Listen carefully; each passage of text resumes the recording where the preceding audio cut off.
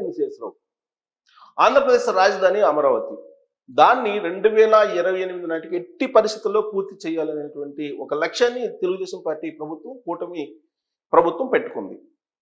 So ఆ మేరకు అడుగులు వేస్తున్నటువంటి చంద్రబాబు నాయుడు గారు ముఖ్యమంత్రి హోదాలో అక్కడ నిర్మించినటువంటి వెంకటేశ్వర స్వామి టెంపుల్ కళ్యాణోత్సవంలో పాల్గొనబోతుంది. దానికి సంబంధించినటువంటి భారీ ఏర్పాట్లు చేస్తున్నారు. దానికి కారణం లేకపోలేదు.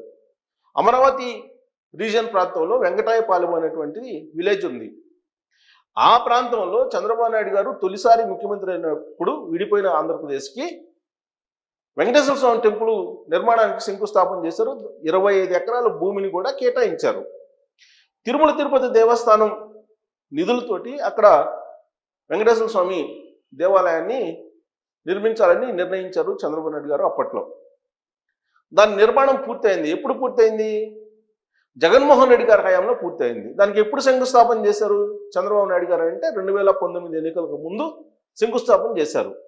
అమరావతి నిర్మాణాన్ని అయితే ఆపేశారు జగన్మోహన్ రెడ్డి గారు ఆయన పరిపాలనలో. అమరావతిని శ్మశానం అన్నారు, అమరావతి ఎడారి అన్నారు, అమరావతి దెయ్యాల ప్రాంతం అన్నారు. ఇలా రకరకాలుగా కామెంట్ చేశారు. అమరావతిలో ఇన్సైడర్ ట్రేడింగ్ జరిగిందన్నారు. అమరావతి కాదు అది కమ్మరావతి అని అన్నారు. ఇట్లా రకరకాలుగా కామెంట్లు చేశారు. ఆ తర్వాత అమరావతి నిర్మాణానికి సంబంధించినటువంటి పనులను నిలిపివేశారు. దాన్ని ఒక ఎడారి, నిజంగానే ఎడారి ప్రాంతంగా, దాన్ని ఒక అమరావతి రాజధానికి పనికిరానటువంటి ప్రాంతంగా చిత్రీకరించారు. అయినప్పటికీ వెంకటాయపాలెంలో వెంకటేశ్వర స్వామి టెంపుల్ నిర్మాణం మాత్రం పూర్తి చేశారు.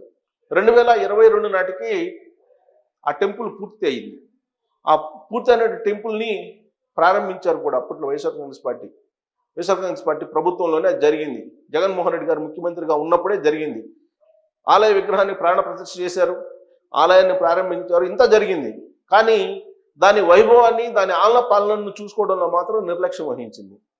అందుకే వెంకటాయపాలెంలో ప్రతిష్టాత్మకంగా నిర్మించినటువంటి వెంకటేశ్వర స్వామి టెంపుల్, వెంకటేశ్వర స్వామి విగ్రహ ప్రతిష్ట ఇవన్నీ జరిగినప్పటికీ కూడా దానికి రావాల్సినంత ప్రాచుర్యం రాలేదు.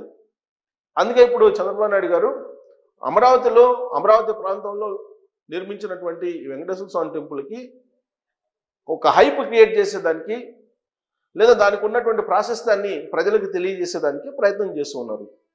15వ తారీఖున పెద్ద ఎత్తున కళ్యాణం జరపబోతున్నారు. వెంకటేశ్వర స్వామి కళ్యాణం జరుగుతుంది అక్కడ. దానికి సంబంధించినటువంటి ఏర్పాట్లను తిరుమల తిరుపతి దేవస్థానం చేస్తూ ఉంది. తిరుమల తిరుపతి దేవస్థానం అడిషనల్ ఈవో వచ్చున్నారు, శ్యామలరావు గారు, అలాగే వెంకయ్య చౌదరి గారు వచ్చున్నారు. అక్కడికి ఈవోగా ఉన్నట్టు వెంకయ్య చౌదరి గారు. సో అక్కడ తిరుమల తిరుపతి దేవస్థానం మొత్తం పర్యవేక్షిస్తుంది, సమీక్షిస్తుంది. పెద్ద ఎత్తున భక్తులు వచ్చేటువంటి అవకాశం ఉందని చెప్పేసి అంచనా వేస్తూ ఉన్నారు. తిరుమల నిధులతో నిర్మించినటువంటి వెంకటేశ్వర స్వామి టెంపుల్ అక్కడ ఉంది. దానికి సంబంధించిన కళ్యాణాన్ని ఒక పెద్ద ఎత్తున నిర్వహించడం ద్వారా అమరావతికి సంబంధించినటువంటి ప్రాశస్త్యం, అమరావతి యొక్క ప్రాముఖ్యత పెరుగుతుంది అనేటువంటి ఆలోచన కూడా చంద్రబాబు నాయుడు గారు చేస్తూ ఉన్నారు. అందుకే చంద్రబాబు నాయుడు గారు ఒక బ్రాండ్ ఆంధ్రప్రదేశ్కి, అమరావతికి ఒక బ్రాండ్ క్రియేట్ చేసే ప్రయత్నం చేశారు గతంలో.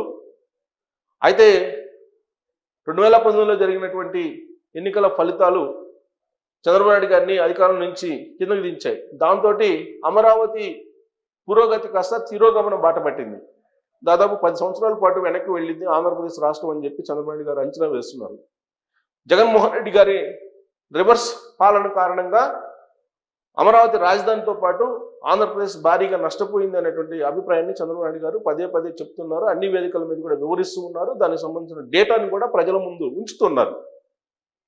దాన్ని మళ్ళీ రీవోక్ చేసి గతంలో మాదిరిగా పునర్వైభవం తీసుకురావాలి.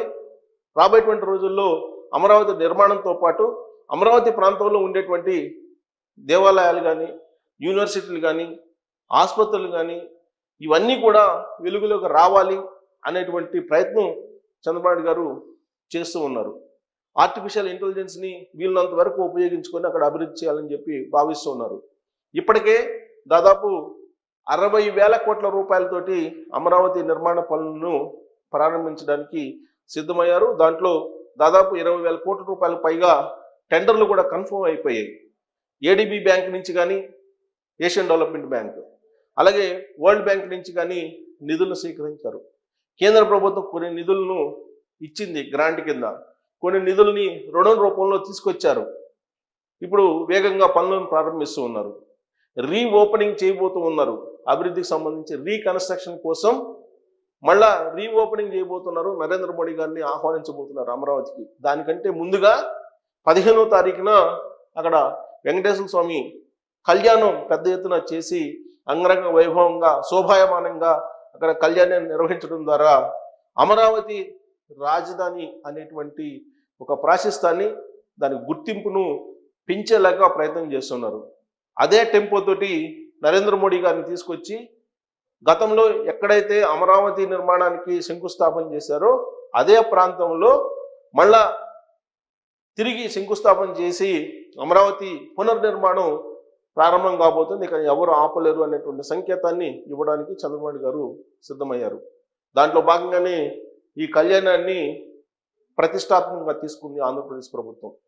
లక్షలాది మంది భక్తులు అక్కడికి వచ్చేటువంటి అవకాశం ఉంది.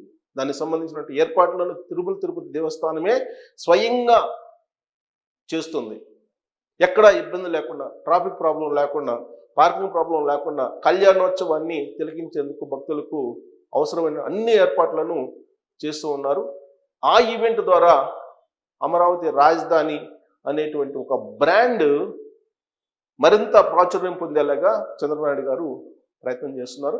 సో వెంకటేశ్వర స్వామి కళ్యాణం తర్వాత అమరావతి నిర్మాణం, అమరావతి ప్రాశస్త్యం, అమరావతి బ్రాండ్ అనేది ఇప్పుడు ప్రపంచవ్యాప్తం కాబోతుందా, దానికి సంబంధించి చంద్రబాబు నాయుడు గారు తొలి అడుగు ఈ శ్రీవారి కళ్యాణంతో వేస్తున్నారా అనే దాని మీద మీరు కామెంట్ చేయొచ్చు.